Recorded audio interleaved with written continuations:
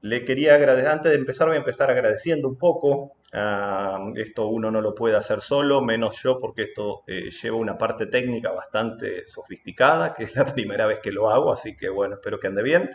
Les quiero agradecer a Joaquín Charbey y Gustavo Banay, de los chicos de la Franja Morada, que muy gentilmente me invitaron. Primero iba a ser una charla presencial el 8 de abril, pero bueno, dada la situación que todos conocemos, y para no postergarlo, quién sabe para cuándo, aprovechemos el tiempo de todos y que tal vez de esta forma podemos llegar a mucha más gente con esta charla. Bien, la llamamos Visualizando Mundos Invisibles. Yo nomás comentarles que soy investigador del CONICET, soy profesor docente en la Facultad de Ingeniería Química de la Universidad Nacional del Litoral en Santa Fe, y me dedico, trabajo en bacterias lácticas, en probióticos, desde hace 25 años, desde que comencé con aquellas famosas cientibecas de la UNL, que me permitieron meterme en este tema, y desde hace un poco menos me metí también más en el tema de microbiota intestinal gracias a una colaboración con uno de los referentes internacionales, que lo puse algunas fotos para que ustedes lo conozcan también un poco hacia el final de la charla. Pero bueno, es el tema en el que me he dedicado a trabajar en los últimos, digamos, 25 años. Así que la idea es un poco resumirles en una hora y cuarto, a ver qué podemos decir de este tema. Bien, se ve cada tanto, el que quiera decir se ve y se escucha, yo les voy a agradecer porque lo voy mirando acá y me va confirmando de que va todo bien. Bien, vamos a hablar de microbiota, de fermentados, de probióticos. Y cuando me invitan a dar una charla, muchas veces yo arranco con esto y parecen, dice, ¿pero qué es esto? ¿Es una charla de microbiota o de geografía? Y van a ver que tiene mucho que ver. Y me gusta contarles esta anécdota para ver de qué forma nos estamos relacionando con los microorganismos. Esta zona que ustedes ven en rosado se llama Carelia. Es una región que perteneció históricamente y de forma alternada a Rusia y a Finlandia. Y una vez que se trazó el límite entre estas dos regiones, la zona finlandesa se comenzó a modernizar, un país muy moderno, muy con carreteras, con altos niveles de higiene, mientras que la zona que permaneció del lado ruso quedó muy agreste, muy rural. Y fíjense lo que empezó a pasar, lo van a ver en esta gráfica al costado a la derecha.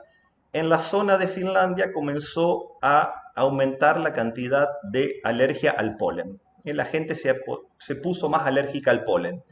De los dos lados de la frontera, la genética de la persona era la misma, pero lo que había cambiado era su exposición a los microorganismos y cómo reaccionaban entonces. Es decir, hubo una menor exposición y esto se correlacionó con un aumento en las alergias, es decir, una desregulación del sistema inmune. ¿Esto es una casualidad o hay algo por detrás? Bueno, la idea en esta charla es ver cómo interaccionamos con los mecanismos, con los microorganismos y cómo esto puede impactar en numerosas fases de nuestra vida.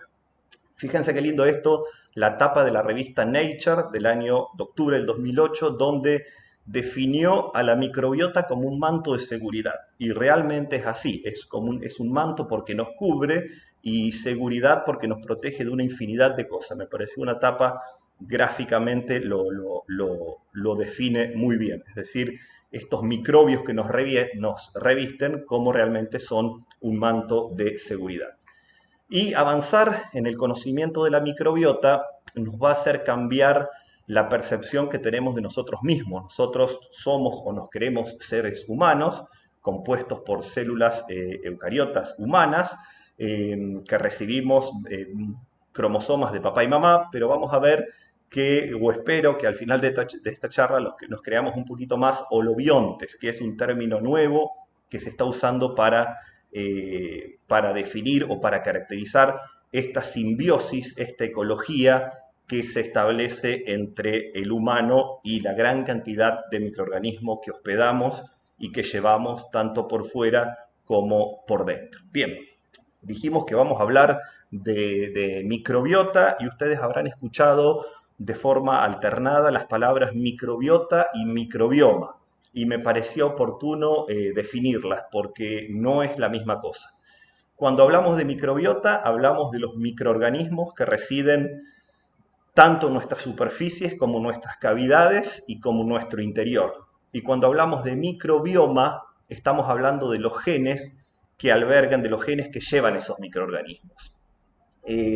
Yo soy más microbiólogo que genetista, por lo tanto me gusta más o me siento más cómodo con el término microbiota, pero además la microbiota incluye al microbioma, porque los microorganismos, las bacterias en su interior, tienen los genes de los cuales habla el microbioma. Entonces, por lo tanto, a lo largo de esta charla, ustedes me van a escuchar nombrar la palabra microbiota en vez de microbioma y ustedes ahora ya saben cuál es la diferencia. Bien. Esto un poquito, tal vez un poquito difícil, pero es necesario también nombrarlo. ¿Por qué se ha dado esta revolución en el conocimiento de lo que hace hasta 15 años, 10 años no conocíamos? Y es que se han desarrollado tecnologías muy sofisticadas que avanzan cada vez más rápido. Secuenciar el genoma humano nos llevó varios años. Hoy en día secuenciar todas las bacterias que tenemos en nuestros intestinos nos puede llevar 2 o 3 días. ¿Y a qué me refiero? Son las tecnologías que se llaman de la generación de la próxima generación. ¿Y en qué consiste? Consiste en poder conocer el ADN de todo el material microbiano que tengamos en una muestra de materia fecal, de un alimento, de aire, de suelo, lo que yo quiera. Y nomás para que ustedes lo vean, esto no se los voy a hacer complejo, pero imagínense que ustedes tienen una comunidad microbiana, ahí arriba ese circulito. ¿Cómo operan estas tecnologías? Lo que se hace es extraer el ADN y ese ADN se va a leer lo que se llama la secuenciación masiva del gen 16S y nos permite conocer el nombre y el apellido de las bacterias que van a estar en un determinado ecosistema. A ver, yo hablo de bacterias, pero la microbiota está compuesto por virus, por hongos, por parásitos, pero lo que más se conocen son las bacterias. Por lo tanto, microbiota en esta charla es casi un sinónimo de bacterias. Y ustedes van a ver a lo largo de esta charla este tipo de gráficas que ven acá abajo, donde para ustedes cada colorcito va a ser un determinado grupo microbiano, una especie, un género, una familia de bacterias. Y la otra rama hacia la derecha es si en vez de yo leer en el ADN cómo se llama la bacteria, hago una lectura completa del ADN y puedo saber cuáles son todos los genes que tienen y cuáles son potencialmente todas las funciones que tienen. Y eso es lo que se llama metagenómica. Probablemente lo habrán escuchado nombrar. Bien, esto disculpen que estén en inglés, pero rápidamente nos da una idea de la importancia que tiene la microbiota en números. Hacia la derecha yo les dibujé algunos mundos.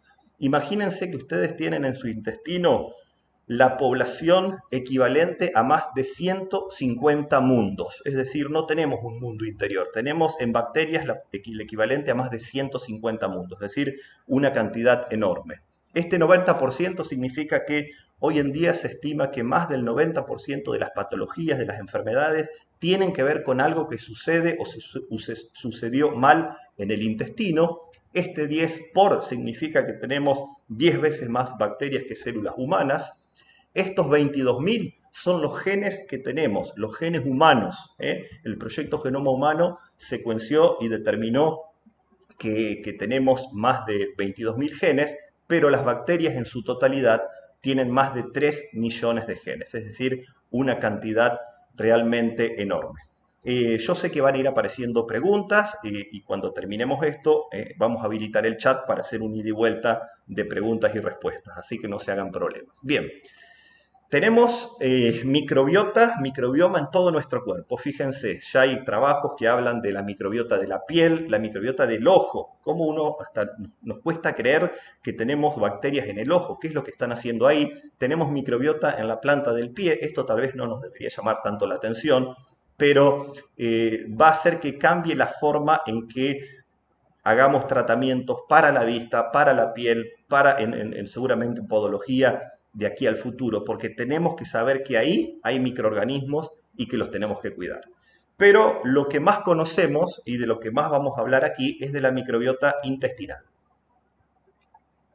Yo creo que todos conocen o se pueden imaginar qué es lo que es esto.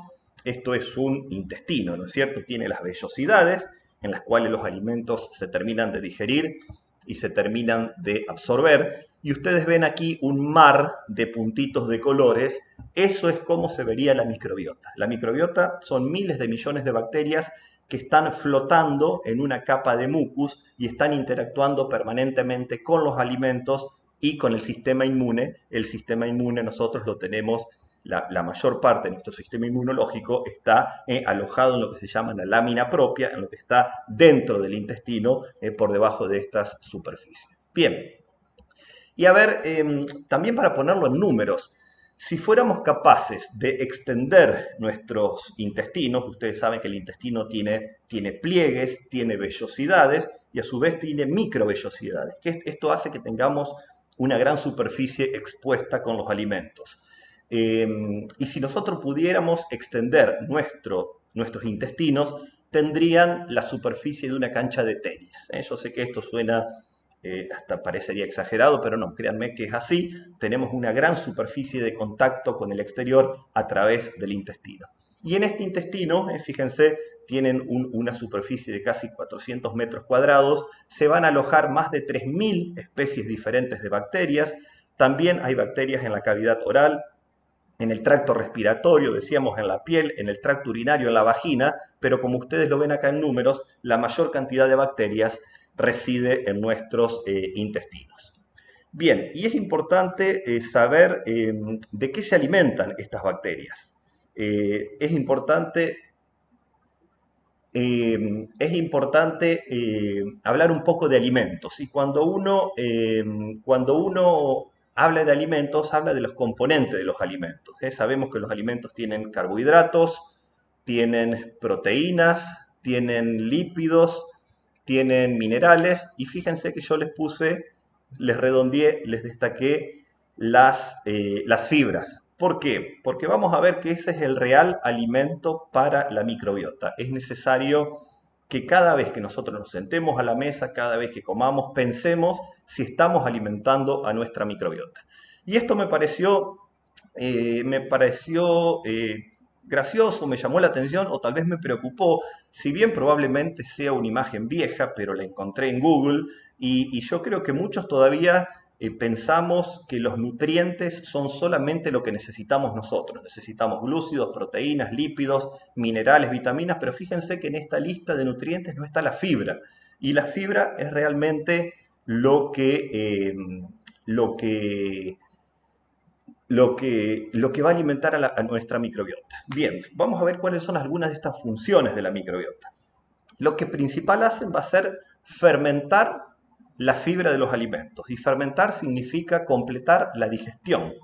Y fíjense ustedes la capacidad digestiva enorme que tiene la microbiota, mucha más probablemente que nosotros respecto a la fibra, estoy hablando.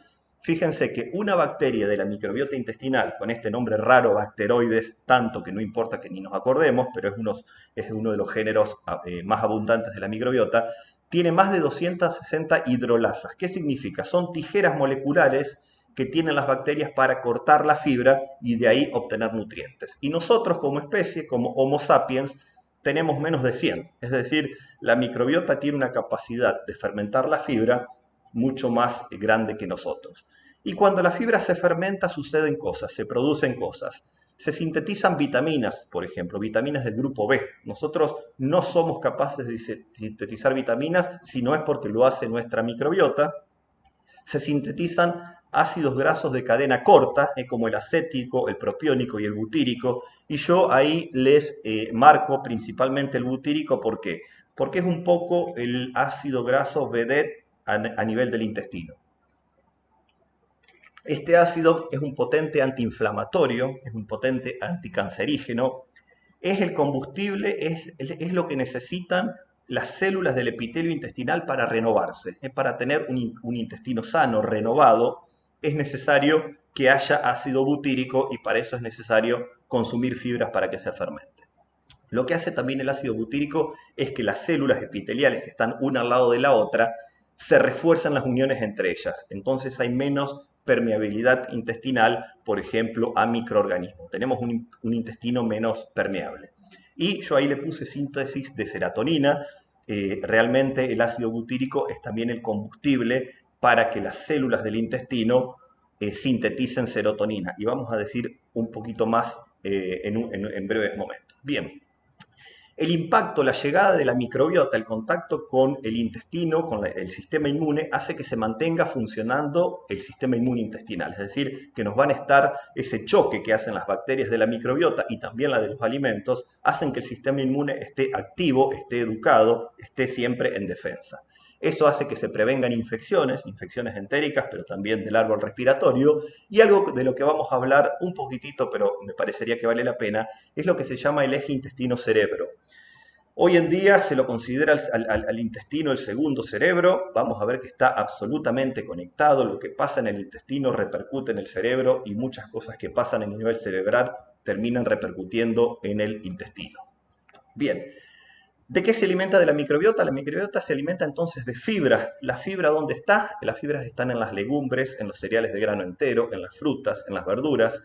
Y cuando la fibra se fermenta, se produce ácido butírico y estas células que yo les marco acá del intestino, lo que hacen es producir mucus. Esa mucosidad mantiene a la microbiota flotando y las mantiene en su lugar, en donde corresponde. Ahora, cuando las células del intestino se quedan sin combustible, se quedan sin ácido butírico, pueden producir menos mucus, las bacterias se van a acercar al epitelio y eso va a producir una inflamación. Y una inflamación del intestino a largo plazo puede ser, por ejemplo, el inicio de un cáncer colon rectal.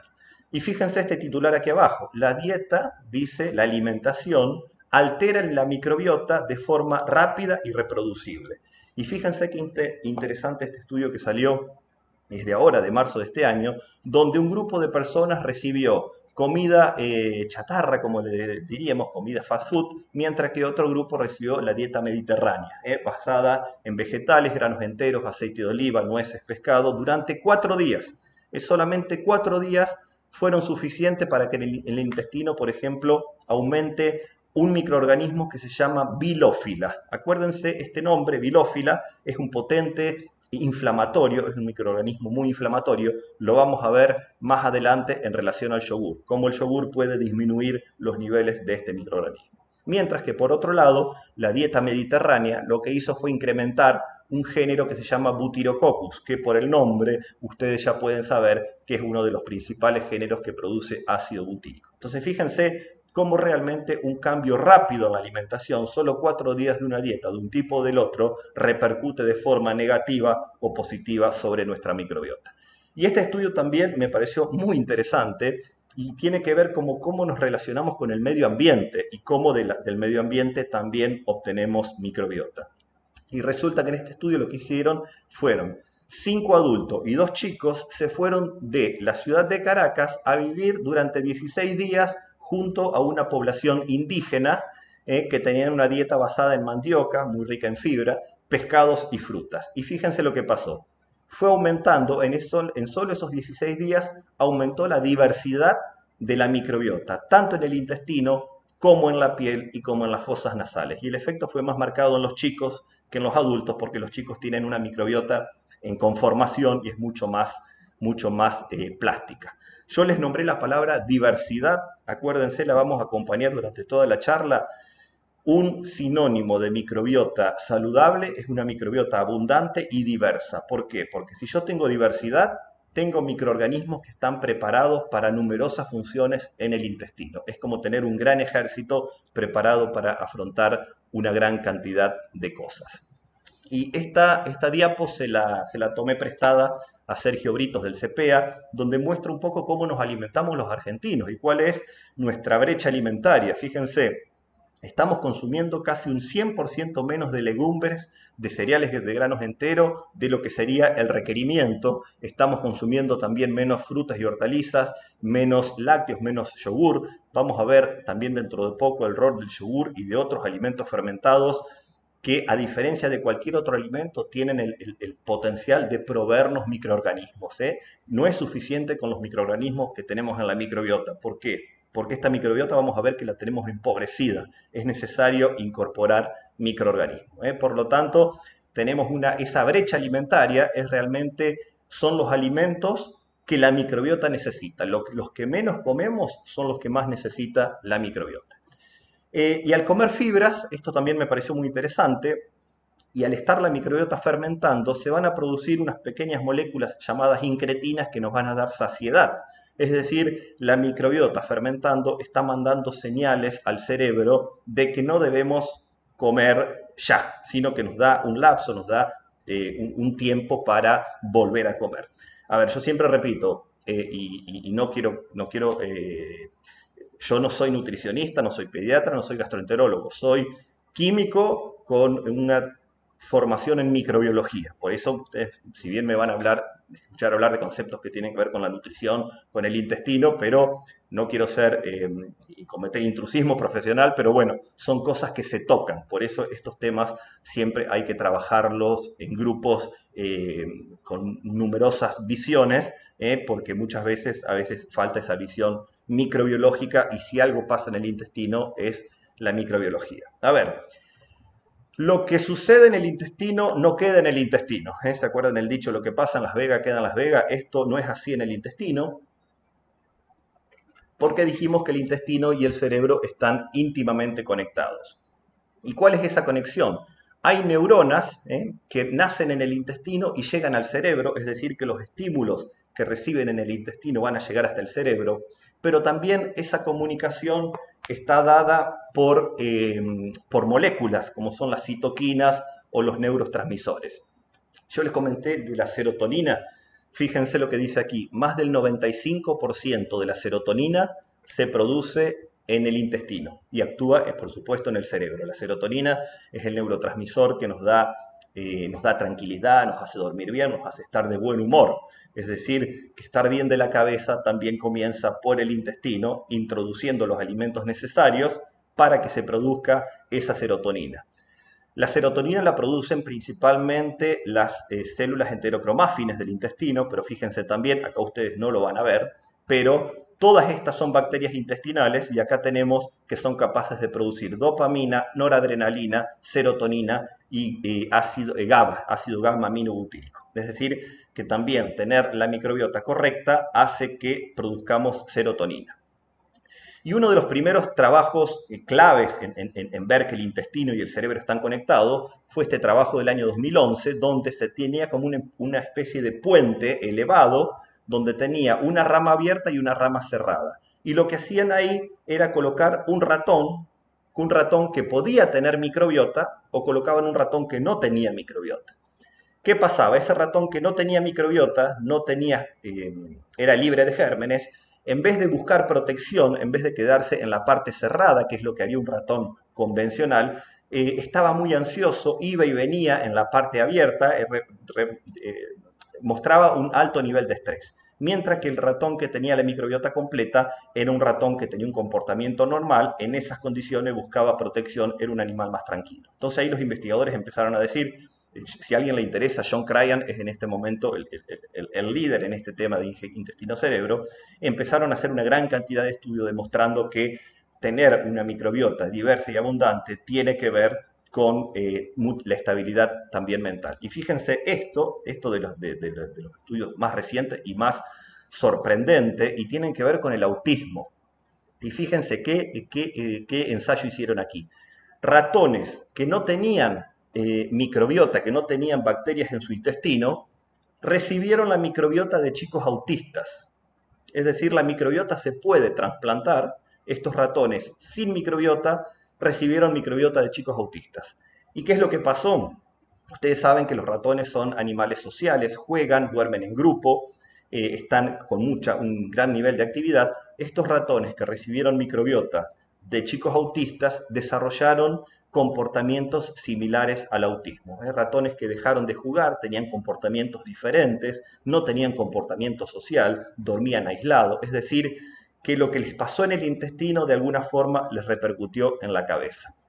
Y este es un trabajo que también me parece clave, de avanzada, y el futuro va a venir por aquí.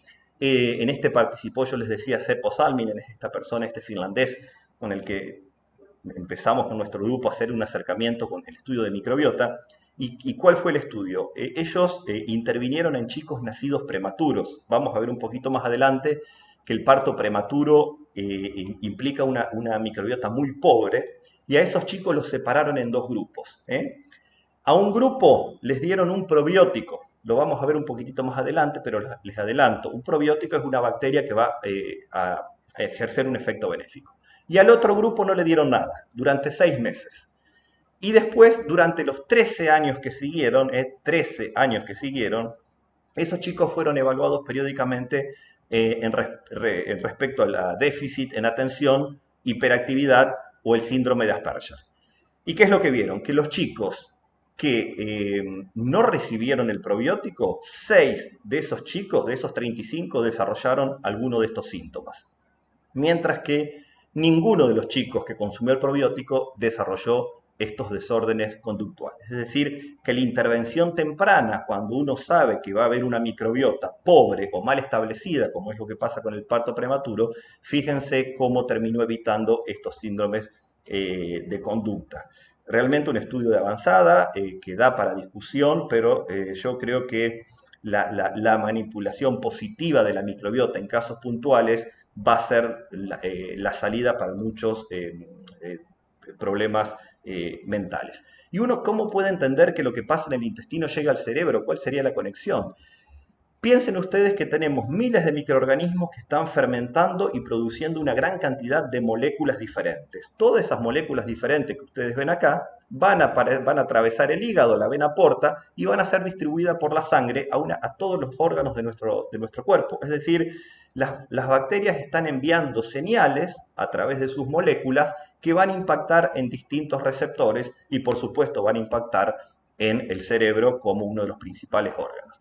Fíjense este otro estudio que salió hace poco, donde identifica que en la sangre, nosotros creemos que la sangre son glóbulos rojos, los blancos y plaquetas y qué sé yo, se describieron más de 4.000 moléculas diferentes, nunca antes descritas, producidas por la fermentación de la microbiota. Es decir, nuestra sangre es un verdadero tubo que conduce miles de millones de señales de la microbiota hacia los distintos órganos a través de las moléculas que produce.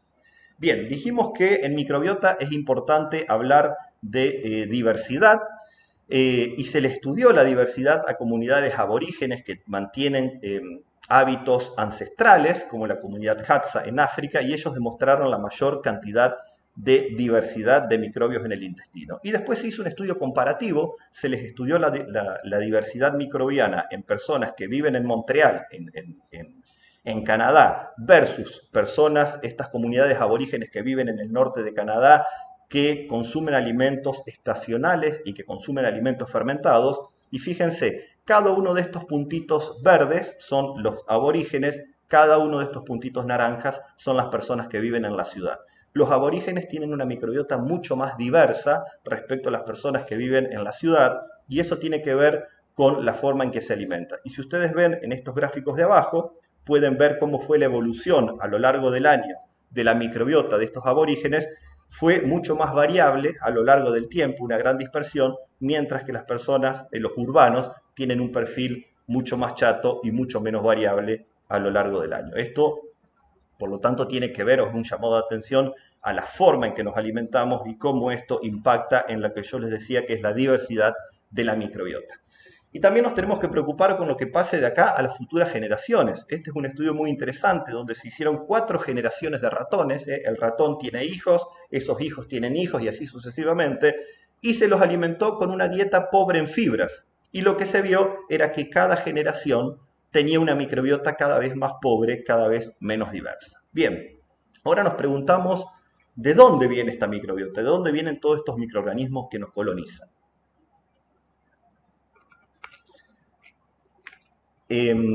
Bueno, si se sigue escuchando bien, si alguno quiere mandar un mensajito diciendo se escucha bien, me deja tranquilo y seguimos adelante. ¿De dónde viene entonces nuestra microbiota? Incluso antes de nacer, el bebé, y principalmente en el último trimestre, ya está recibiendo señales microbianas. Ya se han detectado membranas de las bacterias, paredes, pedazos de ADN que van ingresando y ya van haciendo una primera estimulación del sistema inmunológico del bebé. Ahora, uno de los principales inóculos es cuando el bebé atraviesa el canal vaginal y también tiene contacto con el recto de la mamá, con el ano. ¿Por qué? Porque en una vagina saludable hay una gran, y cerca del parto, aumenta la abundancia de lactobacilos y disminuye la abundancia de bacterias potencialmente patógenas. Por lo tanto, el paso por el canal vaginal, y en esto es muy importante el parto vaginal, es un baño de lactobacilos que los chicos van a recibir. Y no es lo mismo que el chico nazca por cesárea y que nazca vaginalmente, y vamos a ver que hay consecuencias a largo plazo. Fíjense acá ustedes tienen, yo les redondeé en verde, cómo es el perfil de la microbiota de un bebé nacido vaginal con la microbiota de la vagina, y acá en rojo el perfil de la microbiota de un bebé que nació por cesárea con la microbiota de la piel. Es decir, el bebé que nace por vía vaginal tiene un perfil microbiano más parecido al de la vagina de la mamá, mientras que si nace por cesárea tiene un perfil más parecido a la piel de la mamá.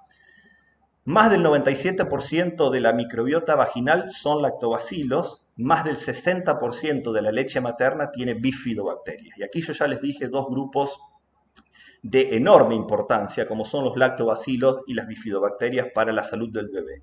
Y fíjense, hablamos de parto prematuro. Fíjense estas dos primeras columnas. Son chicos prematuros que nacieron con bajo peso. Las columnas están en negro. El negro corresponde a enterobacterias. Para el que no está familiarizado, son bacterias potencialmente muy dañinas, muy patógenas.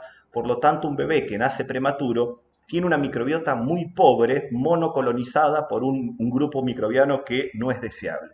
Y fíjense estas dos últimas columnas, lo que pasa con un bebé que nace a término y con buen peso. Fíjense que ustedes ven las rayas rojas y las blancas, que son los lactobacilos. Y también se pueden ver las bifidobacterias. Pero lo que ustedes pueden ver es que hay mucha mayor diversidad microbiana en un bebé que nace a término, con buen peso, que un bebé que nace prematuro.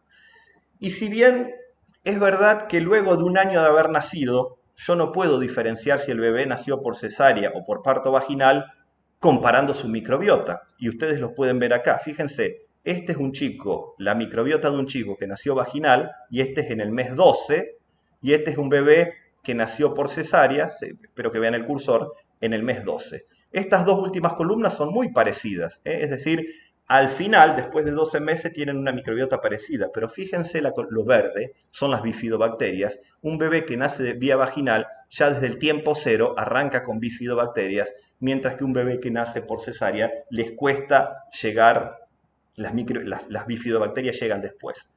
Y en este artículo, esta charla va a quedar grabada para quien quiera ir copiando las referencias bibliográficas, está claramente demostrado que si bien las microbiotas se terminan igualando, lo que es importante es lo que pasa en los primeros tiempos. Entonces, hay grandes diferencias en el sistema inmune de un chico que nace por cesárea respecto al parto vaginal, aunque la microbiota se estabilice o se iguale hacia el final.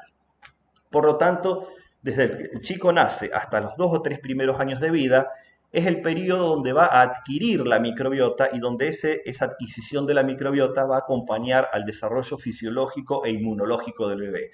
Y es importante que ahí se den una serie de factores, que los vamos a repasar, pero ya dijimos, parto a término, vaginal, lactancia materna, sin dudas. La leche materna es responsable de proveer más del 30% de las bacterias que van a colonizar al bebé. Es el mejor alimento, obviamente, que un chico puede recibir, pero sobre todo por la parte microbiológica. Fíjense aquí, cada colorcito significa un grupo bacteriano. Un bebé va a recibir entre el calostro, leche de transición y leche madura una gran cantidad de microorganismos en diferentes concentraciones. Imagínense ustedes que una gota de leche materna puede tener más de 10 millones de bacterias, y esas bacterias van a ir cambiando a lo largo del tiempo. Fíjense acá, tenemos 16 mamás, cada uno de estas trío de columnas es una mamá, y es una muestra tomada a tiempo cero, a los 15 días o al mes de lactancia. Fíjense dos cosas que quiero que ustedes observen. Por un lado, cada mamá tiene un perfil diferente. Por supuesto, cada mamá es única, microbiológicamente también. las bacterias que le provee cada mamá son diferentes, hay muchas que se comparten, ustedes ven que todas tienen la barrita roja o amarilla, pero en distintas concentraciones. Y esa microbiología de la leche materna va variando a lo largo de la lactancia y hay bacterias hasta cuando haya leche materna. Es decir, que cuanto más leche materna uno dé, más bacterias va a estar aportando para el desarrollo inmunológico del bebé. Ahora, atención, muchas veces cuando hay cesárea, generalmente está acompañada de la administración de antibióticos. Los antibióticos sabemos que matan a las bacterias y en este estudio una administración de cefalexina por 4 días lo que primero hizo fue reducir la diversidad microbiana. Sabemos que reducir la diversidad microbiana es un problema y fíjense lo que le pasó a las bifidobacterias. Las bifidobacterias, que son bacterias benéficas, fueron barridas del intestino y le tomó 2 meses volver al intestino. Y cuando las bifidobacterias se fueron, las que entraron fueron los enterococos, que también conocemos que no son ningunos buenos actores en el ecosistema intestinal. Esto es probablemente lo más difícil que le muestro, pero es importante que lo entiendan y se los voy a explicar de forma bien sencilla. Y es lo que le pasa al sistema inmunointestinal cuando empiezan a llegar las bacterias. Entonces, esto ustedes ya lo reconocen, es el intestino, y acá lo que llegan van a ser bacterias, restos bacterianos, ADN. Si las que llegan, y acá ya está la palabra homeostasis, que significa equilibrio, si las bacterias que llegan son las que corresponden, vamos a ver en la transparencia siguiente cuáles son las que corresponden, lo que va a haber es una maduración inmunológica positiva, va a haber el desarrollo de la tolerancia oral, síntesis de una citoquina que se llama interleuquina 10, que es antiinflamatoria, por lo tanto ese intestino va a estar bien desarrollado inmunológicamente. Mientras que si vamos a la derecha, lo que llega es una disbiosis, por ejemplo, una gran cantidad de enterobacterias, veamos los chicos que nacen de forma prematura, lo que se instala en el intestino es una respuesta inflamatoria y esa respuesta inflamatoria perpetuada en el tiempo puede ser el origen de muchas enfermedades inflamatorias o desórdenes inmunológicos. Decíamos que las bacterias que tienen que llegar al intestino de forma temprana, fíjense, bifidobacterias, lactobacillus, otra más rara, fecalibacterium, que nunca las habíamos escuchado hablar, mientras que las que no tienen que llegar son los heterococos, los clostridium o campylobacter. Bien, y acá esto está sacado de Nature, una de las revistas más prestigiosas. ¿Qué es lo que pasa a largo plazo con los chicos que nacen por cesárea? Estos son estudios hechos con 2 millones de chicos de Dinamarca que han nacido por cesárea y se los estudió hasta los 15 años y estos chicos tenían mayor índice de asma, alergia, artritis, enfermedades inflamatoria intestinal, sobrepeso, obesidad, desórdenes metabólicos, justamente ¿por qué? Porque hubo un desorden microbiológico temprano inducido por la cesárea. Por supuesto, no quiere decir, o esto no quiere decir que una mamá que tuvo que tener su chico por cesárea por las razones médicas que correspondan se tenga que sentir mal. La leche materna un poco o bastante puede compensar eso, pero sí lo que nos tendríamos que, creo que los profesionales de salud tendrían que repensar si la tasa de cesárea que tenemos actualmente es realmente necesaria o si no estamos haciendo las cosas bien para promover el parto vaginal como debería ser. La Organización Mundial de la Salud estima que no más del 10% deberían ser cesáreas y nosotros, por nuestra experiencia, hemos hecho estudios con leche materna y cuando preguntamos de qué forma habían nacido, más del 50% habían nacido por cesárea. Entonces aquí yo creo que hay que poner un poco las barbas en remojos en relación a esto, conociendo esto. La administración de antibióticos también es necesaria, pero hay que saber que también puede producir problemas a largo plazo. Fíjense, chicos que han recibido antibióticos, mayor índice de asma, de alergia, de eczemas, de ganancia de peso, de enfermedad inflamatoria intestinal. Y acá lo vamos a ver un poquitito más adelante, la intervención temprana con probióticos es capaz de revertir algunos de estos efectos de reducción de infecciones del tracto respiratorio, del tracto gastrointestinal. Por supuesto, cuando no es posible dar leche materna o la leche materna está limitada. Por eso es importante que si hay que dar una fórmula, si esa fórmula tiene un probiótico, es mucho mejor que si no lo tuviera. Repito, y esto tiene que quedar absolutamente claro, no hay alimento como la leche materna, no hay ningún alimento que pueda simular la cantidad de microorganismos que tiene la leche materna. Si hay leche materna, el probiótico no tiene absolutamente nada que hacer, pero no siempre ese es el caso y uno ve que cuando se da la conjunción tal vez de parto prematuro, cesárea, antibióticos, poca lactancia materna, tal vez ahí sea el momento de intervenir sanamente con un probiótico. Y esto también nos lleva a pensar en las enfermedades crónicas no transmisibles. Tenemos muy incorporado que el sobrepeso, obesidad, la diabetes son enfermedades crónicas no transmisibles, es decir, que no están codificadas en los genes que nos transmiten mamá y papá, pero tenemos que saber que mamá y papá nos transmiten otros genes a partir de la microbiota, y esto es lo que acabamos de ver. Hay numerosas formas, de transmisión vertical de genes a través de la microbiota. Y este es otro estudio un poco disruptivo, paradigmático, que cambió o que nos va a hacer cambiar el hecho de cómo entendemos a las enfermedades crónicas no transmisibles. ¿Qué se hizo? Se tomaron un par de hermanas, una obesa, una enorme peso, se les pidió a cada uno una muestra de materia fecal, la materia fecal tiene microbiota, y esa materia fecal se la transfirió a ratones que no tienen bacterias en el intestino, ratones libres de gérmenes. Es lo que se llama un trasplante de microbiota intestinal. Esos ratones se los alimentó de la misma forma, comieron lo mismo, ingirieron el mismo alimento, la misma cantidad de calorías, ¿y qué es lo que pasó? El ratón que recibió la microbiota de la persona obesa desarrolló obesidad. Es decir, que si bien la microbiota seguramente no es la única responsable de la obesidad, hay un rol fundamental temprano de cuáles son los microorganismos que se instalan, cómo esos microorganismos procesan los alimentos. Hoy se sabe que las personas con obesidad tienen muy bajos niveles de Akkermansia mucinífera y ya se están haciendo los primeros estudios en administrar este microorganismo como un probiótico para mejorar los parámetros del síndrome metabólico. Entonces, la microbiota intestinal tiene definitivamente un rol en la iniciación probablemente de muchas enfermedades crónicas no transmisibles. Y esto nos lleva a la teoría de la higiene. ¿Qué postula esta teoría de la higiene? Que en los últimos 50, 60, 70 años les hemos ganado, por supuesto, la batalla a enfermedades infecciosas, virales, bacterianas, pero en esa lucha nos hemos llevado puesta también a la microbiota. ¿Por qué? Porque la desconocíamos esencialmente y porque también hemos adoptado hábitos de vida mucho más occidentalizados, menor contacto con el ambiente, una dieta más desprovista de microorganismos, baja en fibras, y esto se correlaciona con el aumento de enfermedades, como yo les decía, crónicas no transmisibles, desórdenes inmunológicos o procesos inflamatorios. La Asociación Americana de Microbiología, para los que trabajamos en microbiología, es un poco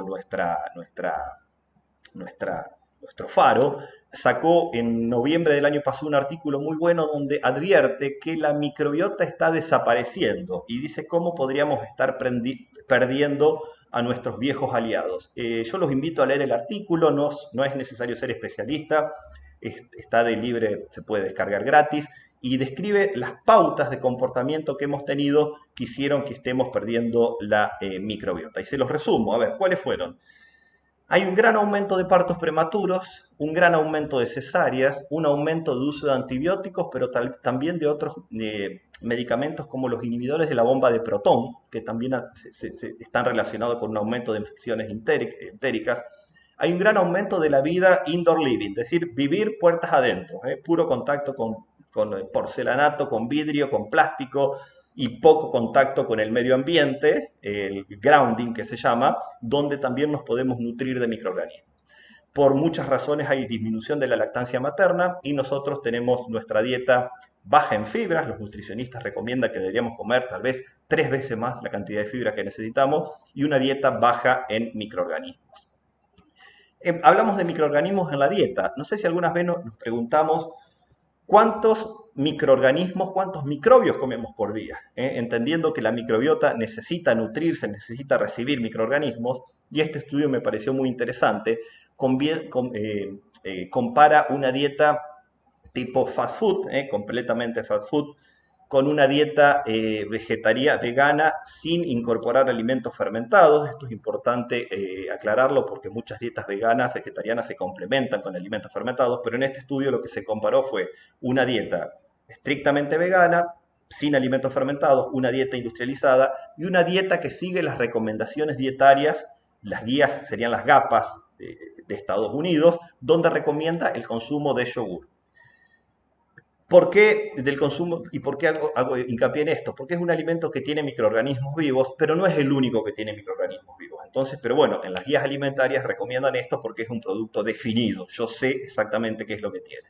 Cuando se compara en términos de cuántos microorganismos comemos por día, la dieta que incorpora un yogur por día nos provee más de 1000 veces más de microorganismos que una dieta que no tiene microorganismos. Entonces, por lo tanto, de ahí la importancia de volver a amigarnos, que es un poco lo que sigue con esto de los alimentos fermentados, porque nos van a incorporar microorganismos.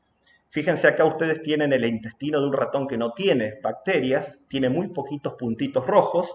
Esos puntitos rojos es la IgA, es la principal defensa del intestino.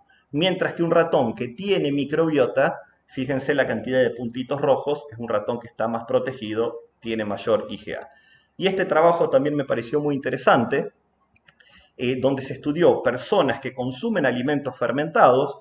Cuando esos alimentos fermentados son eliminados de la dieta, estas personas sufren una ligera depresión del sistema inmune del intestino. Pero cuando esas personas vuelven a consumir alimentos fermentados, ese sistema inmune se vuelve a activar, vuelve a elevarse. Es decir, la importancia de los alimentos fermentados como un activador del sistema inmunitario. Tal es así que muchos investigadores están proponiendo de cuando se revisen las guías alimentarias de los distintos países, hagamos hincapié, hagamos énfasis en la importancia de tener a nuestro plato una dosis diaria de microorganismos vivos. Es decir, poner al yogur o a los alimentos fermentados en un estatus diferente a los otros alimentos en el sentido de que nos proveen microorganismos vivos. Bien, ¿qué podemos hacer entonces en este contexto de microbiota tan tirada para abajo, tan deprimida? Lo que tenemos en nuestras manos es incorporar más fibras y es incorporar alimentos fermentados y probióticos. En lo que es fermentados y probióticos, a mí me gustó esta imagen, un poco todos los gatos en la misma bolsa. Sin sentido crítico, sin ánimo de criticar, yo veo con cierta preocupación de que el término fermentados y probióticos se usa en las redes de forma indistinta y tiene diferencias. Y yo creo que a mí no me preocupa que el consumidor o cualquier persona lo use de forma indistinta, pero sí es importante que los profesionales de la salud entiendan las diferencias y vean que si entienden las diferencias, tienen más herramientas para hacer un abordaje tanto en la nutrición como en la gastroenterología. ¿Qué es la fermentación? Bien, es la transformación, es un proceso controlado de transformación, donde por ejemplo la leche se transformará en yogur o en queso, en kefir, la carne en un salame, el jugo de uva en vino, es decir, hay una transformación por acción microbiana. Es diferente, por supuesto, de la putrefacción. La fermentación es un proceso anaeróbico, la putrefacción es un proceso aeróbico, descontrolado, donde se producen sustancias potencialmente tóxicas. Y podemos así definir a los alimentos fermentados entonces como un alimento transformado por la acción microbiana, con mayor vida útil, con propiedades sensoriales y nutricionales mejoradas y con potenciales efectos benéficos para la salud, ya sea porque tiene microorganismos o porque tiene metabolitos. Ahora la definición de probióticos es bien diferente, es una definición establecida en el año 2002 por la Organización Mundial de la Salud y presente en el Código Alimentario Argentino desde el año 2011, donde dice que los probióticos son microorganismos vivos que cuando son administrados en cantidades adecuadas ejercen un efecto benéfico para la salud. Ya vamos a ver algunas diferencias entre fermentados y probióticos y en qué caso estos conceptos coinciden. Y los prebióticos ya no son microorganismos, son sustancias que vamos a ingresar a nuestro organismo para que sean fermentadas selectivamente por ciertos microorganismos de la microbiota y ejerzan un efecto benéfico. Sobre prebióticos no tenemos mucho tiempo hoy en explayarnos. Yo les dejo esta infografía que está presente en la página de la ISAP, es la Asociación Internacional de Probióticos y Prebióticos. Esta asociación me pidió la traducción al castellano de varias infografías. Yo los invito a que entren, las lean. Son muy claras, no porque las traduje yo, sino porque originalmente estaban muy bien armadas. Y son de descarga gratuita y ustedes van a ver en qué alimentos del día a día van a encontrar prebióticos, como bananas, cebollas, o si ustedes ven, por ejemplo, se acostumbra a colocar prebióticos en fórmulas infantiles, principalmente los GOS y los FOS, para estimular a las bifidobacterias. Bien, pero yo quería hacer un poco hincapié en la diferencia entre fermentados y probióticos. Primero, un alimento fermentado puede tener microorganismos viables o pueden estar no viables. Yo puedo tener un chucrut fresco o un chucrut que los pasteuricé. Entonces ahí lo tengo viable o no viable. Un fermentado puede no tener microorganismos. Por ejemplo, el vino o la cerveza se fermentó y los microorganismos se retiraron. Muchas veces yo no conozco la composición microbiológica exacta, y este es el caso del kefir, que vamos a hablar un poquitito más adelante. Y si yo tengo, por ejemplo, distintos kefires, estos van a tener distinta composición microbiológica. No sé exactamente qué es lo que tengo entre manos. No todos los alimentos fermentados son iguales desde el punto de vista nutricional. A ver, no es lo mismo un embutido, un chorizo que está fermentado que un yogur o un kefir. O sea que dentro de alimentos fermentados tampoco tenemos que creer que, otra vez, no soy nutricionista, pero la composición de los alimentos no son las mismas. Entonces, la palabra fermentación tampoco es que nos da como un halo de bondad o de cosa buena. Hay que ser bien analíticos. Cuando vamos a probióticos, la primera cosa es que el probiótico yo conozco la identidad, yo conozco de qué microorganismo se trata. Por ejemplo, les doy este ejemplo que lo vamos a ver un poquitito más adelante, Lactobacillus rhamnosus CRL 1505. Significa que yo conozco el nombre, el apellido y de quién se trata. Tengo individualizado de quién se trata. Deben estar viables, los microorganismos para ser probióticos tienen que estar viables. Y esto es una de las principales diferencias. Tiene que haber al menos un estudio clínico que me diga cuál es el efecto benéfico. Es decir, que el efecto benéfico no tiene que ser anecdótico, no tiene que ser porque a mí me hizo bien, es bueno para tal cosa, sino que tiene que ser seriamente y tiene que estar publicado en una revista internacional con referato. Los fermentados se van a producir, acá yo les presento algunas, por ejemplo, las bacterias que están en el yogur, el Streptococcus thermophilus, Lactobacillus bulgaricus, las levaduras, muchas levaduras están en el kefir, los mohos. Nosotros no tenemos tanto acceso a alimentos fermentados por mohos, por hongos comúnmente llamados, como tienen, por ejemplo, la cultura oriental. Y aquí yo les hice como dos diagramas de Venn y una intersección, donde yo coloqué a la izquierda algunos fermentados, kefir, yogur, kombucha, queso, kimchi, aceitunas, incluso el chocolate, las semillas para hacer cacao se fermentan. Y por el otro lado le puse probióticos. Probióticos puede haber en jugos, puede haber que no están fermentados, puede haber en helados que no están fermentados, puede estar en una barra de cereal que no fue fermentado, o puede haber probióticos en yogur. Entonces ahí yo estoy combinando el concepto de fermentado y de probióticos. Puede haber, este se los voy a nombrar más adelante, este es un producto nórdico que consiste en avena fermentada con un probiótico y después mezclado con un jugo de fruta. Es decir, el mundo de los fermentados y de los probióticos se superpone en ciertos casos y es importante, yo les decía, que los profesionales de la salud lo entiendan porque así pueden hacer recomendaciones mucho más claras. Bien, dijimos, de los fermentados, probablemente el más conocido popularmente, pero también microbiológicamente, es el yogur, que es el producto de la fermentación de la leche con dos bacterias específicas, Thermophilus y Lactobacillus delbrueckii. Ese yogur puede contener probióticos, es decir, puede tener una tercera o un cuarto microorganismo, que son los que generalmente van a atravesar el estómago y van a llegar al intestino a cumplir sus efectos benéficos. Después ya tenemos productos más complejos como el kefir, que es tanto el kefir de agua como el kefir de leche, que se hace fermentando, ya sea agua con azúcar, con estos que se le llaman tíbicos, o la leche con los que se llaman búlgaros. ¿Qué son? Son complejos de polisacáridos, perdón, de proteínas muy complejos desde el punto de vista microbiológico. Hay bacterias lácticas, bacterias acéticas, hay levaduras y eso se fermenta en líquido y después estos gránulos se recuperan y se pueden usar para una próxima fermentación. Otro de los conocidos es la kombucha y mucha gente habla de SCOBY. SCOBY es la sigla para una comunidad simbiótica de bacterias y levaduras. Es decir, lo que se hace es fermentar un té azucarado con este complejo y lo que se toma es el té que está lleno de microorganismos parecido a los que están acá. Algunos un poquitito más lejanos que vienen de la cultura germana, por ejemplo el chucrut, que es el repollo fermentado, el kimchi, que es la col china fermentada, este es un poco más picante, y otros que son mucho más ajenos a nosotros, vienen de Japón, de la cultura asiática. Fíjense miso, natto, koji, y fíjense los microorganismos con mohos como Aspergillus oryzae, Bacillus, son alimentos que prácticamente aquí nosotros no estamos expuestos. Esto sí me parecía importante aclararlo, porque como yo les decía, veo un uso indistinto de decir kefir, probiótico, fermentado, y por qué yo considero que no deberíamos denominar probiótico al kefir, lo cual no quiere decir que no tenga efectos benéficos. Lo repito, no quiere decir que no tenga efectos benéficos.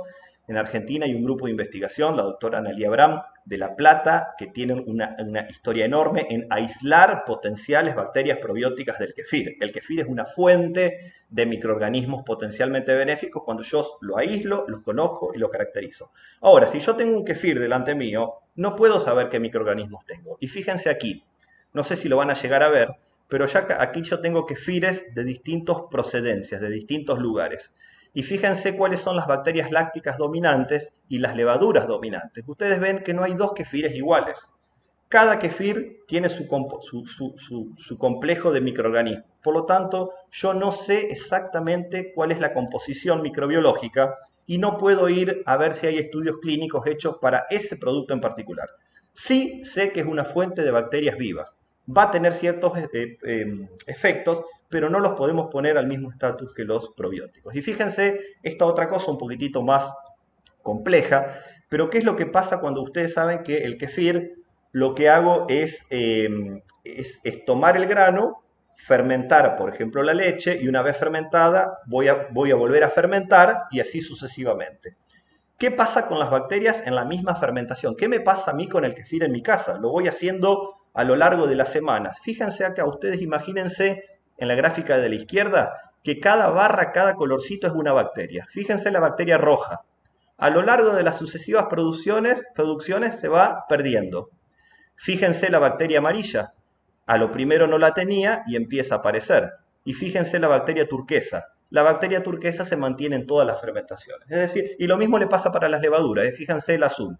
La azul se mantiene siempre, la negra estaba y empieza y desaparece, y la roja empieza a aparecer. Es decir, el kefir, primero, los distintos kefires tienen distinta composición microbiológica, y a la vez, un kefir que a mí me llegue y yo lo vaya replicando, va a ir cambiando la composición microbiológica. Por lo tanto, nunca puedo saber exactamente qué microorganismos tengo. ¿Y por qué varía? Porque yo al kefir le voy agregando cosas. Por ejemplo, le agrego frutas, y la fruta es una fuente enorme de microorganismos. Por lo tanto, el kefir va a ir tomando los microorganismos del ambiente, y en eso también radica su riqueza, su nobleza, su ancestralidad y el interés en estos alimentos. Bien, una pregunta que siempre de cajón viene es si son seguros los alimentos fermentados, porque a veces yo no sé exactamente qué tengo. A ver, empecemos con el más simple. Un yogur o un yogur con probióticos. Yo ahí sé exactamente qué es lo que tengo, sé las bacterias que tengo, y estas bacterias están en la lista de la FDA o de la Comunidad Europea como bacterias seguras. Por lo tanto, yo sé que un yogur o un yogur con probióticos es un alimento seguro, y también es un alimento seguro si yo lo hago en casa.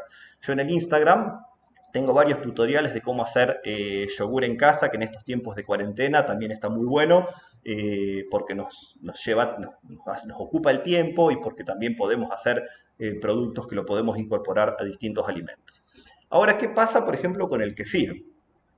Y acá me gustaría darles algunas pautas. ¿Qué microorganismos tiene el kefir? A priori yo no puedo saber exactamente qué tenga. Ahora, tiene una carta poderosa en la manga. Es un alimento milenario, consumido desde hace mucho tiempo, y no hay reportes de intoxicaciones a partir del kefir. Ahora, tampoco me tengo que confiar y hacerlo de cualquier manera. Tengo que prepararlo en condiciones higiénicas. Una vez fermentado, lo tengo que mantener en frío. Tengo que obtener los gránulos de alguien que ya los esté produciendo y consumiendo, porque a mí lo que me da es lo que yo les digo, un historial de consumo seguro. Es decir, si alguien está produciendo kefir y me da los gránulos y esa persona no ha tenido problema, es porque es algo seguro. Entonces yo tengo un poco que hacer una combinación de todas estas cosas: prepararlo de forma higiénica, fermentarlo y ponerlo en frío, que alguien me dé los gránulos, Y algo muy importante, comenzar a incorporarlo de forma gradual. ¿Por qué? Porque si tenemos una microbiota pobre, de buenas a primeras, tirarnos un baldazo de microorganismos, también podemos tener una cierta revolución en el intestino. Por lo tanto, si no estamos acostumbrados a los fermentados, empezar a hacerlo de forma gradual. Lo que a mí un poco me llama la atención y me preocupa es que, bueno, muchas veces uno viendo esto de los fermentados y de la moda, empiezan a ver, en vez de producirlo solo para mí, lo voy a producir en gran escala y lo voy a poner en un lugar a la venta, y muchas veces esto está sin cadena de frío. No sé cuáles fueron los equipos que fueron utilizados, porque no es lo mismo hacer 1 litro de kefir que hacer 100 litros de kefir. Y muchas veces estos productos no tienen lo que se llama un RNE, un registro nacional de establecimiento, por lo tanto yo no sé la trazabilidad. Por lo tanto, si es un alimento fermentado artesanal, lo hago y lo produzco en casa, o se lo compro a alguien que lo hace, que yo sé que lo hace y me lo vende y es de primera mano. Pero lo que a mí me llama la atención muchas veces es entrar en lugares y ver estos fermentados a temperatura ambiente sin ningún dato de quién lo hizo y mucho menos un RNE. Es decir, cuando uno quiere hacer producción artesanal y comercializarlo a gran escala, sin ánimos de ir contra nadie. Yo creo que esto en pos de la seguridad y que sigamos confiando y disfrutando de lo fermentado y que no haya en algún momento una contaminación y hable mal, no por el fermentado, sino por la forma en que se hizo. Bien, pero dijimos que deberíamos decir algo de los efectos que tienen estos fermentados y los probióticos. Como dijimos que los fermentados, yo no sé exactamente la composición microbiológica que tienen, yo puedo hablar de efectos genéricos, efectos que yo deduzco de los estudios clínicos que se han hecho, por ejemplo, para otros kefires. Yo podría decir que los fermentados y también los probióticos, porque son también microorganismos vivos, pueden mejorar la función digestiva. ¿Por qué? Porque son bacterias vivas que también tienen enzimas que ayudan a digerir los alimentos. Al tener bacterias vivas, dijimos que el contacto con el sistema inmune hace que estimulen la función inmunológica del intestino, y al aumentar las defensas podrían prevenir infecciones entéricas del árbol respiratorio, podrían bajar la inflamación intestinal porque tienen ácido láctico, pero yo no podría decir mucho más, no podría ser tan específico como puedo ser con un probiótico para el cual hay estudios clínicos de eficacia. Entonces, ahí sí, las listas que yo las pongo acá, por ejemplo, son capaces de ciertas cepas de prevenir diarreas asociadas a antibióticos, de tratar cólicos infantiles, de mejorar la erradicación del Helicobacter pylori, cosa mucho más, o por ejemplo tratar candidiasis vaginalis. ¿Por qué? Porque hay estudios clínicos que lo demuestran. Hay cepas que tienen estudios clínicos ya a nivel de metaanálisis, que significa que se han hecho una gran cantidad de estudios clínicos con esa cepa y para ese efecto se los comparó y hay un consenso que dice sí, esta cepa es efectiva para tal cosa. De esto hay infinidad de ejemplos, qué sé yo, esta cepa para cólicos infantiles, y esto hace que las sociedades científicas, como por ejemplo la Organización Mundial de Gastroenterología, se reúna y diga, bueno, esta es la evidencia para probióticos, como gastroenterólogos podríamos recomendar esto y esto. Pero para eso es necesario conocer la identidad. Y en ese caso, los alimentos fermentados con esas comunidades complejas, al no conocer la identidad, yo no puedo llegar a recomendarlos de esta forma de un profesional de salud, pero sí, por supuesto, incorporarlo en la vida diaria. También la Organización Mundial de las Alergias ha sacado un comunicado.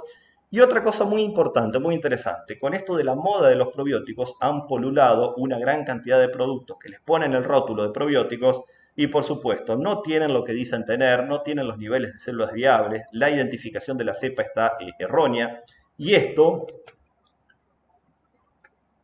hay un trabajo muy interesante de la Sociedad Europea de Gastroenterología, Hepatología y Nutrición Pediátrica, la ESGA, donde hace un llamado a mejorar los controles de calidad, porque a no creer que todo lo que dice probiótico está realmente chequeado. Entonces tengamos que ser un poco más críticos.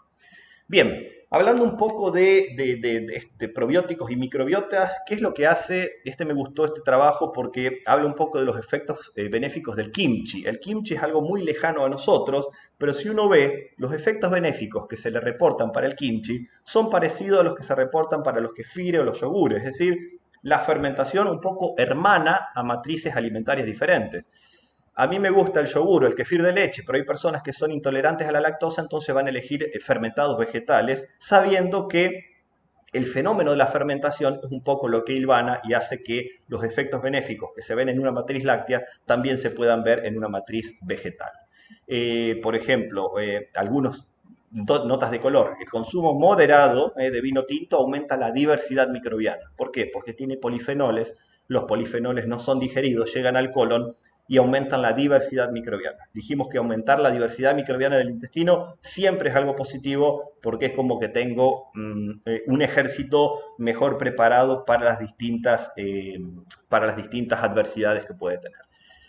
Este también me pareció interesante. El chucrut promueve la diversidad microbiana y el pasteurizado también. Y uno dice, bueno, pero ¿no es que son importantes los microorganismos vivos? Sí, pero los microorganismos al fermentar producen efectos, producen sustancias y las células muertas también tienen un cierto efecto. Tal vez el grado de diversidad no es lo mismo o para otros efectos benéficos es importante que esté vivo, pero en algunos casos, cuando la célula está inactiva, también se registran ciertos efectos benéficos. Esto es un concepto que se llama posbióticos, está en desarrollo, pero a ver, siempre tratemos de consumir o apuntemos a los microorganismos viables, pero que sepamos que si en algún momento el microorganismo no está viable, también podemos esperar ciertos efectos benéficos. Por supuesto, no con el nivel o con la potencia de un microorganismo viable.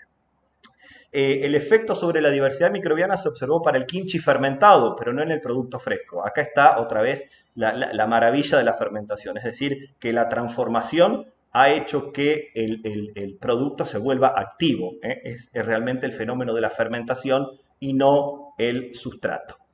Efecto de yogur sobre diversidad microbiana. Al consumir yogur se aumentan la cantidad de lactobacilos y aumenta la diversidad microbiana. Y este me gustó particularmente porque, a ver, nosotros abogamos por el mayor consumo de fibras, de frutas, verduras, de cereales, pero sabemos que somos argentinos y con una cultura de la carne enorme. Nos gusta comer, a la mayoría, un bife de chorizo, un asado, y gran cantidad de estos alimentos pueden ser inflamatorios a largo plazo. Entonces, en esta dieta, lo que se hizo, se suplementó con yogur a una dieta alta en proteínas animales o no. Y fíjense, uno de los resultados de lo que pasó en las personas que comían dietas altas en carnes, pero consumían un yogur diariamente, lo que bajó fue bilófila. ¿Se acuerdan que cuando empezamos, allá era ya casi una hora, les hablé de que una dieta en fast food rica en carne aumentaba la cantidad de bilófila? Bueno, esta bilófila es una especie irritante del intestino que en una dieta con fast food o con mucha carne o proteína animal se dispara, pero en este caso el yogur fue capaz de controlarla, de mantenerla a raya. Y eso seguramente lo puede también producir algunos otros fermentados. Este producto, este estudio en particular, fue hecho con yogur. Ahora uno podría decir, bueno, pero el probiótico es una cosa de la industria nomás, y a mí me gustaría, y muchas veces hasta está como, y en estos últimos tiempos, puesta la atención de decir, bueno, parece que solamente la industria se atribuye a los probióticos. Bueno, hay una cuestión de que implica un desarrollo, una caracterización, un estudio clínico y algo muy serio y tener demostrado el efecto benéfico, que no sea anecdótico, pero no hay probióticos solamente industriales y yo creo que este es un caso que no quería dejarlo pasar por alto. Es un probiótico de apropiación social, es una experiencia argentina única en el mundo, es el programa, hay dos programas de este tipo en el mundo, uno en Argentina y en otro en África. El de Argentina es mucho más grande, es mucho más antiguo y fue desarrollado por investigadores del CERELA, que es el Centro de Referencia de Lactobacilos. Muchos lo recordarán por la famosa leche El Bio de los años 80 y 90. Este proyecto es mucho menos conocido, pero es muy importante, y ya le digo, es el más grande, único a nivel mundial, donde yo les nombré hoy Lactobacillus rhamnosus CRL 1505.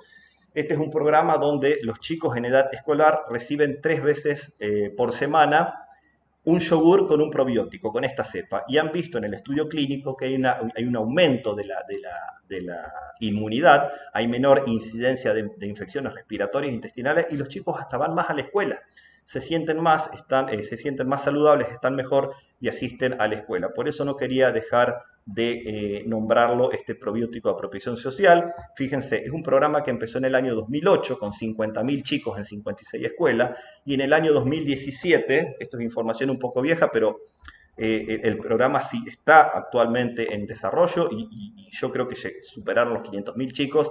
En el 2017 eran 300.000 chicos en 500 escuelas que recibían este probiótico social, lo cual, les decía, es un antecedente único y de tan interés que, ¿se acuerdan? Yo les nombré Seppo Salmín en una de las referencias en este tema.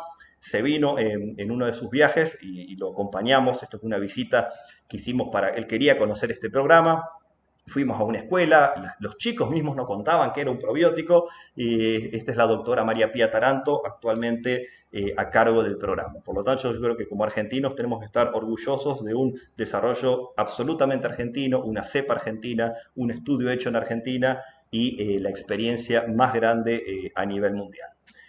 Algunas cuestiones de color como para ir cerrando, cosas que he visto en viajes en Barcelona, una tienda llamada Ferment 9. Para los que nos gustan los fermentados es un poco el Disney.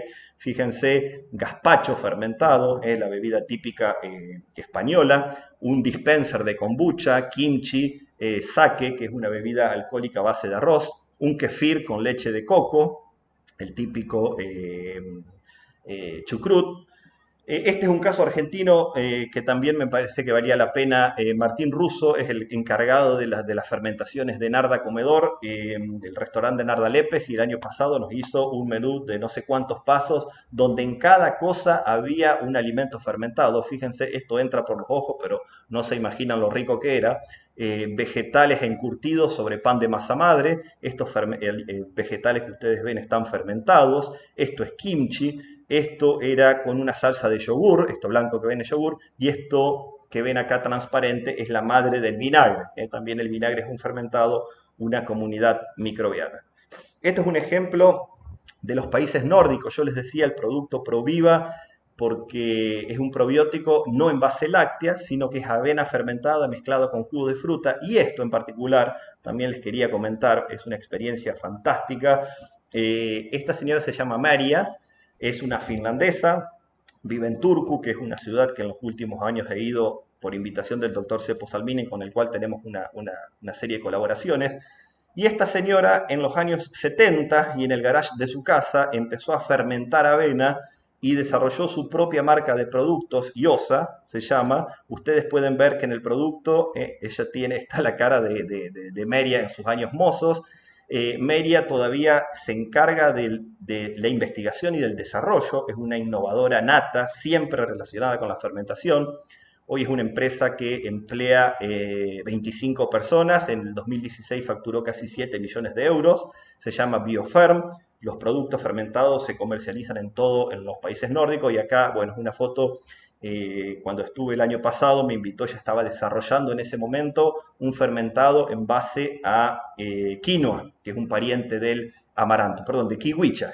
La kiwicha es un pseudo cereal que había una investigadora de Perú y ella estaba haciendo, me invitó a participar del desarrollo, fermentándolo con un probiótico y después mezclándolo con una pulpa de mango, una cosa que quedó espectacular.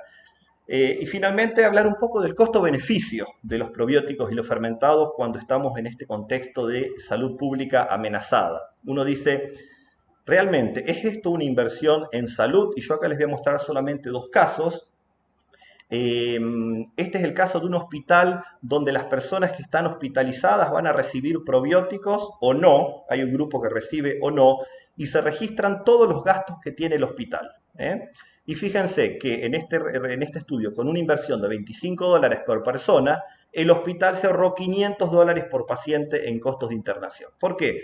Porque la persona, por su sistema inmune, estaba mejor, requeriría menos intervención médica, se iba antes del hospital, y esa pequeña inversión o grande inversión repercutió en ahorro para el hospital. Pero también en la salud pública. Fíjense, este es un modelo de infecciones del tracto respiratorio hecho en Francia, donde, por ejemplo, si todos los franceses consumieran un probiótico durante un año, el país se evitaría 2,4 millones de infecciones comunes del tracto respiratorio, hoy nuestro tracto respiratorio tan amenazado. se evitaría dosis de antibióticos, casi 300.000 dosis de antibióticos, y las personas que están con mayor nivel de salud irían a trabajar y habría mayor presentismo o menor ausentismo laboral. El ahorro neto parecería poco para un país, 14 millones de euros, pero imagínense el ahorro en dosis de antibióticos. Hoy en día tenemos una problemática de que hay una resistencia enorme a los antibióticos. Consumir un probiótico podría hacer que estemos mejor, que requiramos menos antibióticos, y eso no solo es un impacto económico, sino es un impacto en salud pública para la problemática que tenemos hoy en día de la resistencia antimicrobiana. Y bueno, estamos en cuarentena, estamos en épocas de coronavirus, y yo les quería nada más comentar esto que vi antes de ayer. Creo que salió una página italiana, donde un investigador, una página italiana que sigo, se llama microbioma.it, donde un investigador planteó si habría alguna relación entre la microbiota y el COVID-19. En Italia, que tienen tantos muertos, tantísimos muertos, una tasa sorprendentemente alta, y él un poco hace una serie de reflexiones. Dice: Italia es uno de los países de la Unión Europea con mayor consumo de antibióticos. Uno puede entonces pensar que hay una microbiota muy atacada, un sistema inmune muy deprimido. Los más afectados son los que tienen comorbilidades, como enfermedades metabólicas. Dijimos que una microbiota pobre hace que es un poco el origen de muchas enfermedades metabólicas. Los más afectados son los mayores. En los mayores se da una disbiosis intestinal, esto es conocido, y esto es lo que me pareció más interesante. Fíjense, un estudio que se publicó el año pasado en Italia y hecho en gatos, donde utilizaron una versión felina de un coronavirus, porque coronavirus es una familia que se conoce hace mucho, se vio una cierta relación entre un determinado perfil de microbiota y la susceptibilidad al coronavirus. Es decir, que tal vez, dependiendo de la microbiota que tengamos, estemos mejor o peor preparados para hacerle frente a esta epidemia de coronavirus que ojalá termine dentro de poco. Bien, algunos mensajes finales para llevarnos. Recuerden que estamos revestidos por dentro y por fuera por microorganismos. Son esenciales para la vida, los estamos conociendo, pero yo creo que todos los días podemos hacer algo. Están relacionados con la salud digestiva, pero también más allá. Acuérdense, el eje intestino-cerebro. La mamá es clave, es la principal fuente de microbiota, y va a aportar lactobacillus a través del paso por el canal vaginal, bifidobacterias en la leche materna, y factores como el parto prematuro, la cesárea, el uso de antibióticos, se asocian con una mayor incidencia de patologías en la niñez del tipo inmunológica o inflamatoria. Asma, alergias, eczemas, diabetes, sobrepeso, obesidad, enfermedades inflamatorias intestinales. La leche materna es un alimento único, es irreemplazable, es la principal fuente para colonizar nuestro intestino, va a definir, a darle forma a la microbiota. Saber que la microbiota está en peligro, fíjense este titular: la microbiota intestinal se está encogiendo, y eso se decía en 2017, el año pasado la Asociación de Microbiología lo volvió a ratificar. Y la herramienta que tenemos en nuestras manos un poco para contrarrestar esto son los alimentos fermentados, los prebióticos y los probióticos, y es mejor si aprendemos la diferencia entre fermentados y probióticos y cuándo usar uno o usar todos a la vez. No hay ningún problema, pero lo importante es distinguirlos, sobre todo los profesionales de la salud. Los alimentos fermentados, el yogur, el kefir, la kombucha, los prebióticos son una opción para incorporar al intestino microorganismos benéficos, de forma preventiva. Estimular los microorganismos también benéficos autóctonos por parte de los prebióticos. Los fermentados y los probióticos tienen efectos preventivos demostrados por estudios clínicos, pero a la vez los probióticos en particular tienen estos estudios de eficacia en humanos que nos garantizan que van a cumplir los efectos que dicen tener. Son una herramienta para promover la salud digestiva de forma preventiva. Los incorporo para estar mejor, para tener el sistema inmune más arriba, pero también en la terapéutica, cuando ya hay un problema instalado, chicos que van a empezar la administración de antibióticos, hay estudios que demuestran que dar un probiótico al mismo tiempo puede acortar la diarrea o hacer que la microbiota no se dañe tanto, cólicos infantiles, controlar la inflamación, y así hay un sinfín de estudios. Un poco el problema en Argentina es que estas cepas no están disponibles, pero es cuestión de que con el tiempo empiecen a estar disponibles. Y por supuesto, la nutrieconomía, esta disciplina que junta nutrición y economía, el costo-beneficio de los probióticos de los fermentados, los potenciales beneficios para la salud pública. Estar mejor hace que gastemos menos, que dependamos menos del sistema de salud pública y que queden realmente para los que realmente lo necesitan. Y aquí vuelvo a destacar este programa Yogurito en Tucumán. Es paradigmático, es un caso único en el mundo y se ha demostrado que tiene efecto en salud pública. Con esto, nada más. Muchas gracias. Espero no haberlos aburrido. Espero no haber ido demasiado rápido, demasiado complejo. Y vamos a esperar, vamos a empezar, si hay preguntas y respuestas, yo las voy a ir leyendo. Las que pueda las respondo, las que no, no. Tengan paciencia porque hay como un cierto delay entre lo que yo hablo y lo que sale, que creo que son unos 15 o 20 segundos. Así que si aparece la pregunta, probablemente escuchen la respuesta a los 15 o 20 segundos.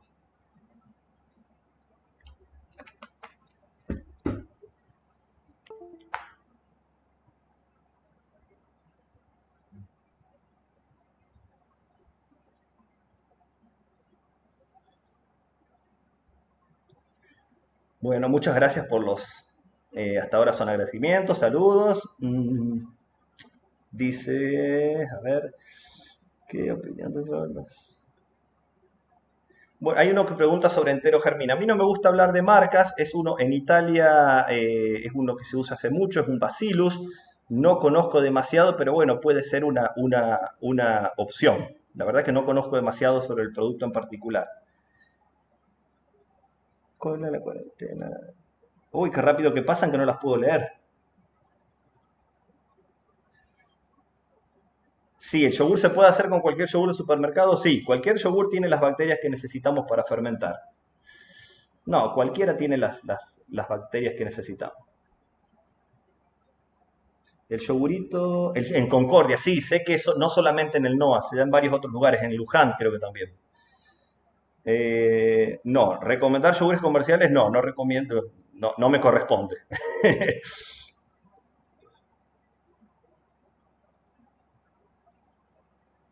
Yogures de leches vegetales. Yo hice un post en Instagram. Es una opción. No deberíamos llamarle yogur porque por el Código Alimentario Argentino el yogur es la fermentación de la leche. Son bebidas vegetales fermentadas. Es una opción también, por supuesto. Sí, hay una pregunta importante. A la temperatura de 65 grados se mueren todos, así que no, no calientan los tíbicos ni los búlgaros más allá de esa temperatura. No más de 50 grados. La avena fermentada, ¿cómo se hace? A ver, debe haber tutoriales, se me es difícil explicarlo por acá, pero si me preguntan por privado los puedo guiar un poco.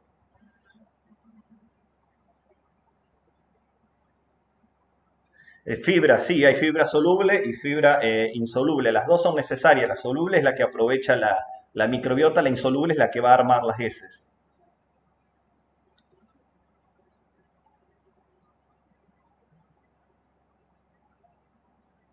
Lo de la dieta baja en FoodMaps, sí, para mí yo creo que hay casos, a ver, otra vez, no soy nutricionista ni gastroenterólogo, pero un poco, yo creo que hay casos donde es necesario introducirla, pero también sé que después las van como retirando, creo, y no quiero meter la pata, porque realmente los FoodMaps son todo lo que la microbiota necesitaría para fermentar.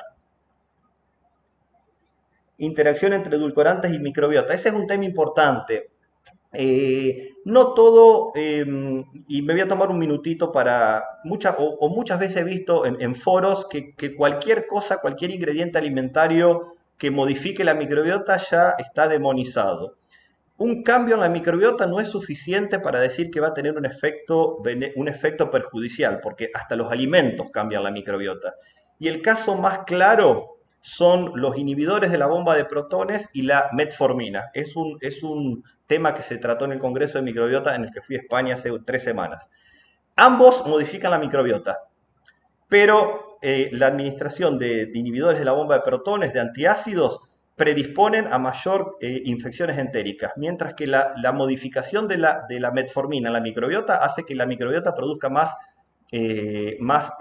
ácido butírico. Entonces, quedarnos con que algo modifica la microbiota es una respuesta parcial. Tenemos que ver si esa modificación tiene algún efecto en la función de la microbiota. ¿Se acuerdan que yo les mostré que había técnicas para ver la composición y la otra la función? Entonces decir que algo o que un edulcorante o lo que sea modifica la microbiota, en principio no me dice nada. Yo tengo que ver cuál es el efecto sobre la función de la microbiota.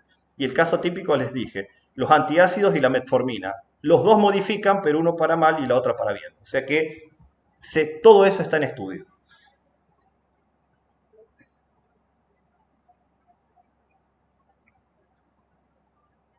Patología de piel y microbiota. A ver, lo que más se conoce es el eje intestino-cerebro, pero últimamente estuve leyendo entre eje intestino-músculo y yo estimo que cualquier cosa o todos estos mensajeros, moléculas que se generan en el intestino, en algún momento van a repercutir en todos los órganos, incluso la piel. De todos modos, la piel también tiene una microbiota propia, menos conocida, pero que también yo creo que es posible cuidarla.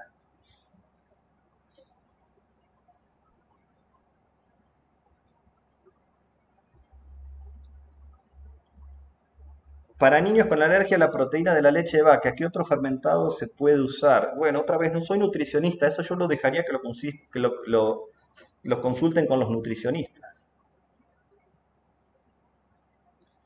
En una semana, ¿qué combinación de distintos fermentados y probióticos considerás que es suficiente para mantener una buena microbiota? Bien, a ver, los fermentados, los probióticos son alimentos. Yo puedo consumir tanto como quiera y tanto como los tolere. Así que no hay una dosis de decir tengo que tomar 3 veces por semana, tengo que tomar un vasito. Los puedo incorporar de la forma que quiera y es probable. El exceso seguramente el intestino se va a encargar de regularlo. No creo que haya ningún. Es lo que les decía, la metformina en este congreso, y les puedo pasar los trabajos, se ha visto que estimula la síntesis de ácido butírico.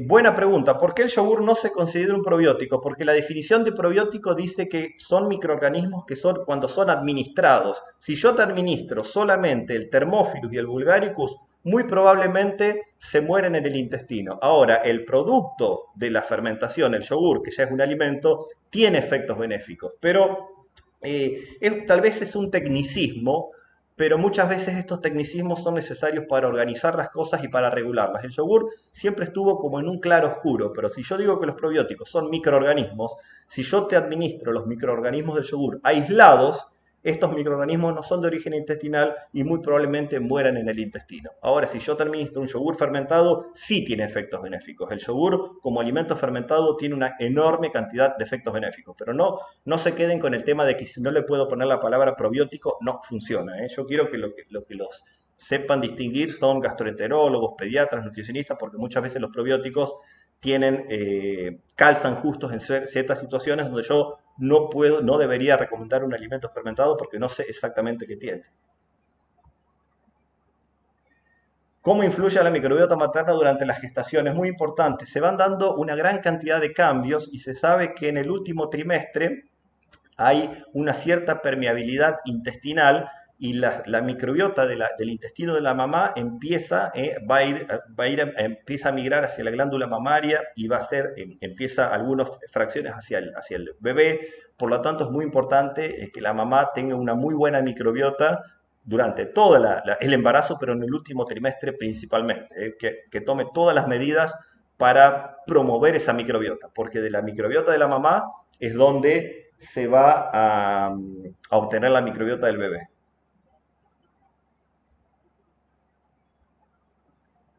Dice, ¿puedo hacer yogur sin utilizar un yogur comercial? El tema es que ¿de dónde vas a sacar las bacterias? A veces vienen esos sobrecitos secos, liofilizados, pero muchas veces es difícil controlar la dosis. Para mí lo más fácil es tomar un yogur y usarlo como inóculo. Tengo nódulo. ¿Cómo conservar los nódulos de kefir? A ver, cuando yo los fermento, los pongo en la heladera y se van a ir muriendo lentamente. ¿Cómo sé si están vivos? Si yo logro volver a fermentar y ver, por ejemplo, que se desprende gas. Lo que pueden hacer si no los van a usar durante mucho tiempo es congelarlos. Los ponen en el congelador, los lavan un poco para que no estén ácidos y los ponen en el congelador. ¿Qué es la metformina? Es un medicamento que se toma cuando hay como otra vez, no soy un principio hay resistencia a la insulina. Entonces mejora la resistencia a la insulina.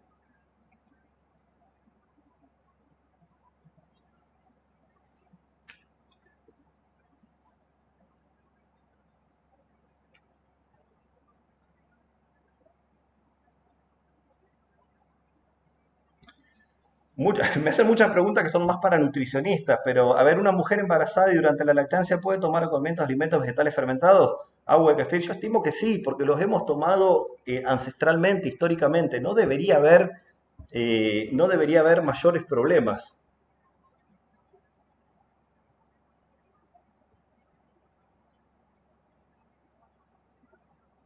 ¿Cuánto dura un alimento como el kefir en la heladera? Buena pregunta.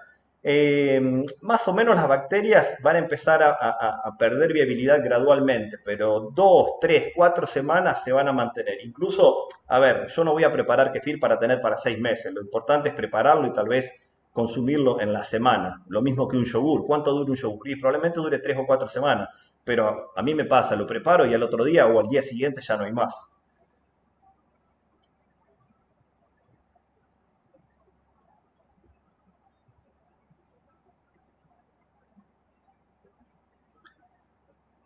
Hay preguntas que no puedo de ninguna forma responder. ¿Qué utilidad tiene el test de disbiosis en orina? No sabría decirte.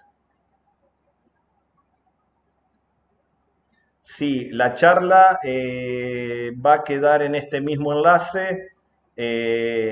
Calculo que para siempre. Va a estar colgada de acá a unas horas, unos días, porque los chicos un poco la tienen que editar.